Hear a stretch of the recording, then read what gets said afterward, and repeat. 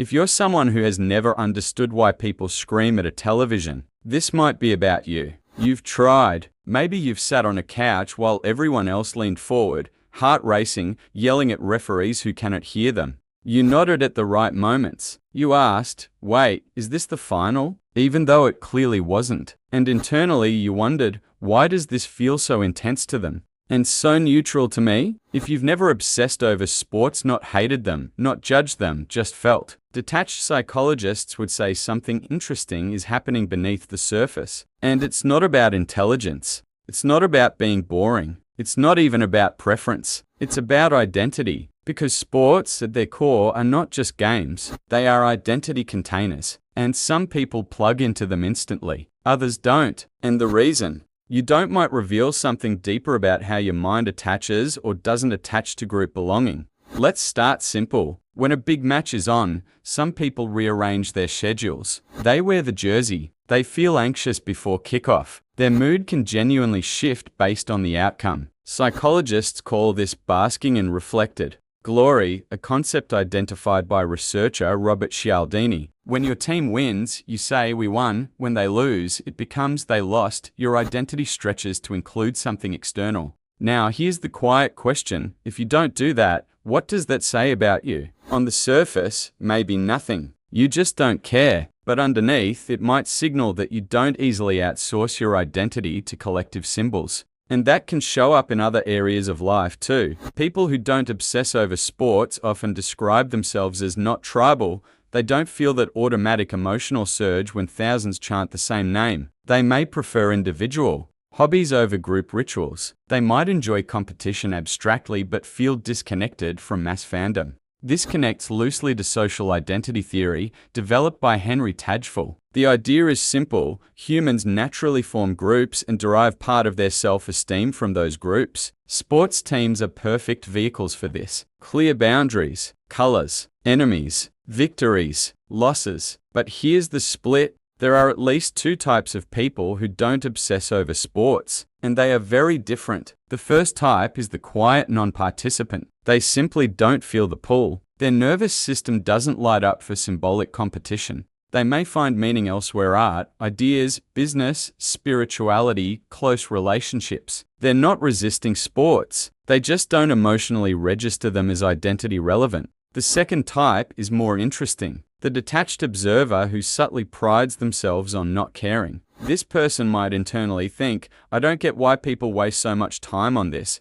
They experience their detachment as superiority. They see fandom as herd behavior, and in some cases, they lean into being different. Now pause for a second. Which one are you? Because psychologically, those are very different structures. The first type is neutral. The second type is reacting. And reaction often means something touched a nerve. There's also a third, quieter category. The person who wants to feel included but never quite did. Maybe growing up, sports were a bonding ritual in your family or school, and you just didn't click with it. Maybe you were picked last. Maybe you felt awkward. Maybe you preferred books, while others bonded over scores. Over time, not caring became a defense. It's easier to say I don't like sports than to say I never felt like I belonged there. This isn't about blaming yourself. It's about noticing the emotional tone attached to your indifference. Because indifference isn't always neutral. From an evolutionary perspective, humans evolved in tribes. Shared rituals increased survival. Group synchrony, chanting,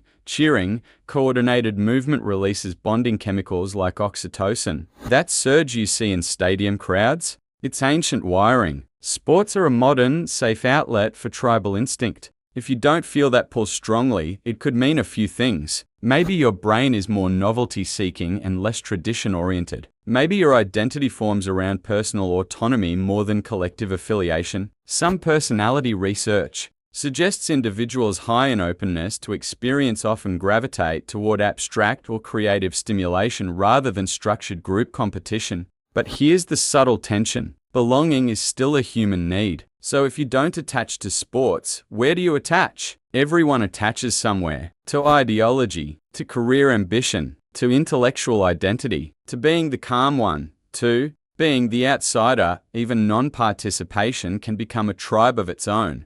Have you ever noticed how some people bond over not caring about mainstream things? I don't even watch TV. I've never seen the big game. That becomes its own identity badge. The psychology here is delicate. You might not obsess over sports because your emotional rewards come from different sources. Maybe you get your adrenaline from business risk. Maybe your loyalty energy goes toward close relationships rather than teams. Maybe your sense of competition is internal you versus yesterday's version of you, but there's a quiet question beneath it all. Do you avoid collective emotional highs because they feel irrational, or because they feel vulnerable? When thousands of people scream in unison, they surrender individual control for a moment. That can be exhilarating. It can also be uncomfortable. If you are someone who values cognitive control, self-containment, or emotional independence, that kind of surrender might feel destabilizing, and that's not wrong, but it's revealing. Psychologist Jonathan Haidt talks about how moral and emotional intuitions often precede rational explanations. Sometimes we construct intellectual reasons for what are actually emotional preferences. Sports are pointless, it's just grown adults chasing a ball. Maybe, but art is just paint on canvas. Music is just vibrating air. Meaning isn't in the object, it's in the collective agreement. So when you don't obsess over sports, it might not be about the sport itself, it might be about how your mind relates to shared symbolic meaning. There's also the stimulation factor. Sports fandom requires repetition, seasons, stats, history, patterns. Some minds love that structured narrative arc. Others crave novelty and abstraction. If your brain lights up for new ideas rather than recurring rivalries, sports can feel predictably repetitive, but let's introduce a slightly uncomfortable possibility. Sometimes people who don't obsess over sports struggle with allowing themselves uncomplicated enjoyment because fandom is simple. You cheer, you hope, you feel. You don't overanalyze the existential meaning of it. If you're someone who tends to analyze everything, sports can feel like surrendering to simplicity. And maybe simplicity feels suspicious. Now that might not be you. But if it stings a little, sit with that. There's also social bandwidth. Some people are highly selective about where they invest emotional energy. Following a team requires tracking updates, watching games, engaging in conversations. If your mental space is already occupied with goals, self-improvement, work, or inner reflection, sports may not make the cut. And yet, sometimes the people who don't obsess over sports feel slightly outside during major events. World Cups, Super Bowls, championship nights. There's a shared language happening, and you're not fluent. Do you genuinely not care? Or do you quietly feel excluded and then convince yourself you prefer it that way? No judgment, just curiosity, because the psychology of non-obsession isn't one thing. It's a spectrum. On one end, you have secure autonomy. You know who you are. You don't need borrowed victories. You find identity internally. Sports are fine. They just aren't your arena. On the other end, you have defensive differentiation. You distance yourself from mainstream rituals to maintain a sense of uniqueness or intellectual superiority, and in the middle, you have the quietly unsure. The people who never fully connected to that world and built an identity around other domains instead. Here's something subtle.